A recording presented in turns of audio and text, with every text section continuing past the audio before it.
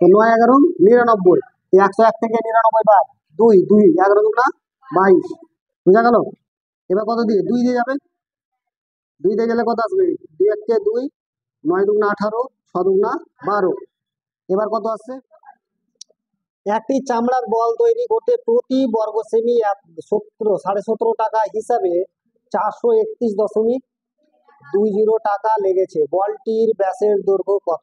তাহলে ধরি বলটির ব্যাসার্ধ দৈর্ঘ্য হলো আর, ধরি 2 নম্বর এটা, ঠিক আছে?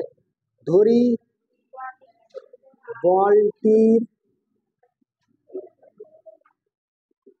যে দৈর্ঘ্য কত আছে আর, নাকি এদিকে বলটির ব্যাসার্ধ দৈর্ঘ্য কত আর,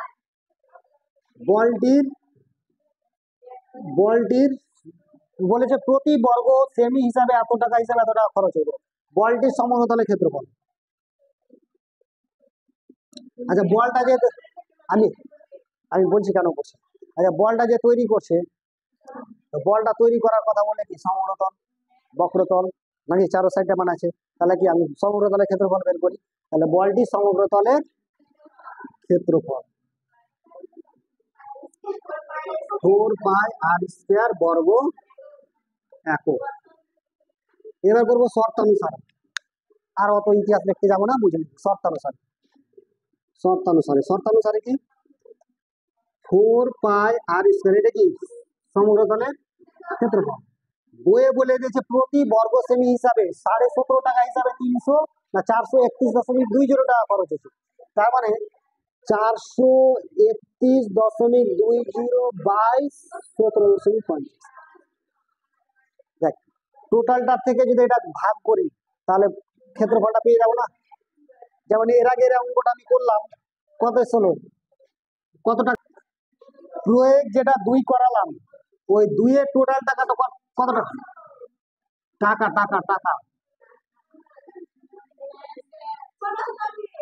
1540 টাকা।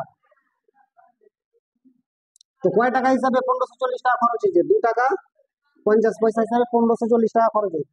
প্রতি বর্গ ডেসিমি কত? 2 টাকা 50 পয়সা হিসাবে 1540 টাকা মোট টাকা খরচ হয়েছে। এই টাকাটা থেকে, মোট টাকা থেকে যদি প্রতি বর্গ ডেসিমি যদি আমি ভাগ করি তাহলে কি পাবো? করতে বললাম। তাহলে এই টাকাটা টোটাল টাকা থেকে যদি 2 টাকা 50 পয়সা আমি ভাগ করি তাহলে কোন টাকাটা পাবো? সমতলের ক্ষেত্রে পাবো। তাহলে এই দশমিকের জন্য একটা 1, দশমিক পর 2টা শূন্য ছিল, শূন্য কেটে গেল। তার মানে 0 0 একটা কেটে গেল, 5 দিয়ে 5 5 25, 5 দিয়ে 5 2 10। এটা যদি কাটে তাহলে কত হয়? 3 5 15, পরপর 2টা সংখ্যা নামে উত্তর একটা শূন্য, 5 8 40।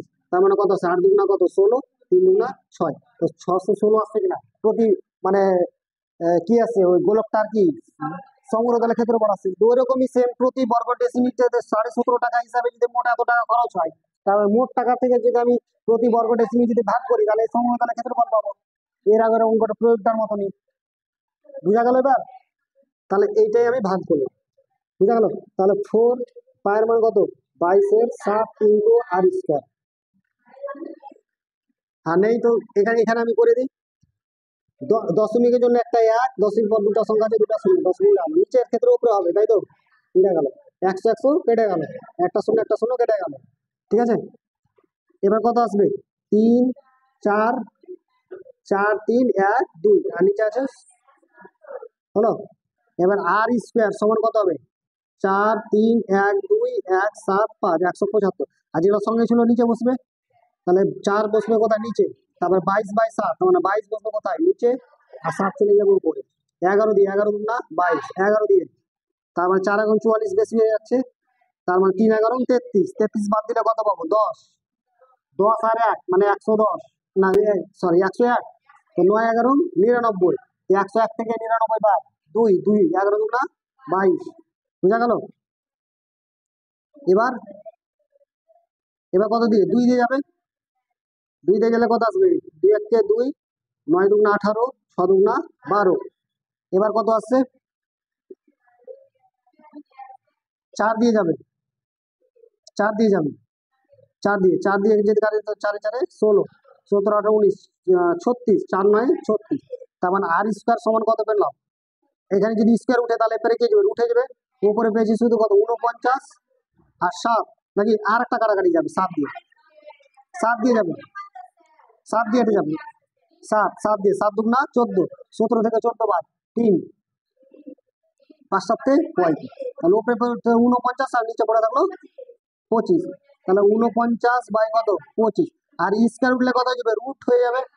এবারে স্কয়ার ছিল এখানে, স্কয়ার উঠিয়ে দিয়েছি তো রুট হয়ে যাবে, তাহলে আর সমান কত আসবে 7/5, 7/5। এটা কি পেলাম, বৃত্তের কি পেলাম না গোলকের কি পেলাম, এটা সমগ্রতলের ক্ষেত্রফল পেলাম। কি এটা পেলাম,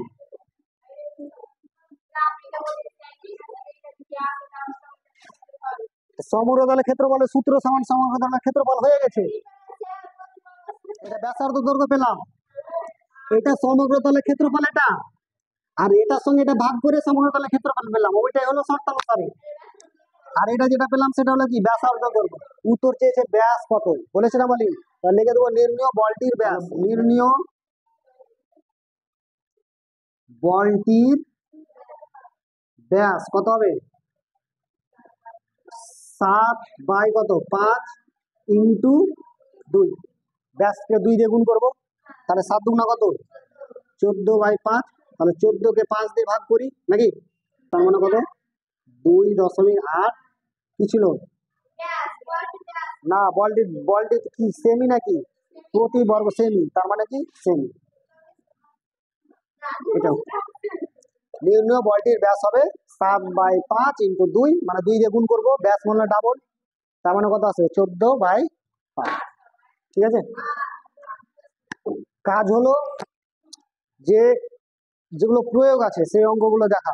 ঠিক আছে, প্রয়োগের অঙ্কটি সিলেবাসে যদি 3 4 5 6 এইটুকু থাকলো, 3 4 5 6 থাকলো, এইটুকুর মধ্যে পারলে করবে, না পারলে আমি আছি। ঠিক আছে, বোঝা গেল।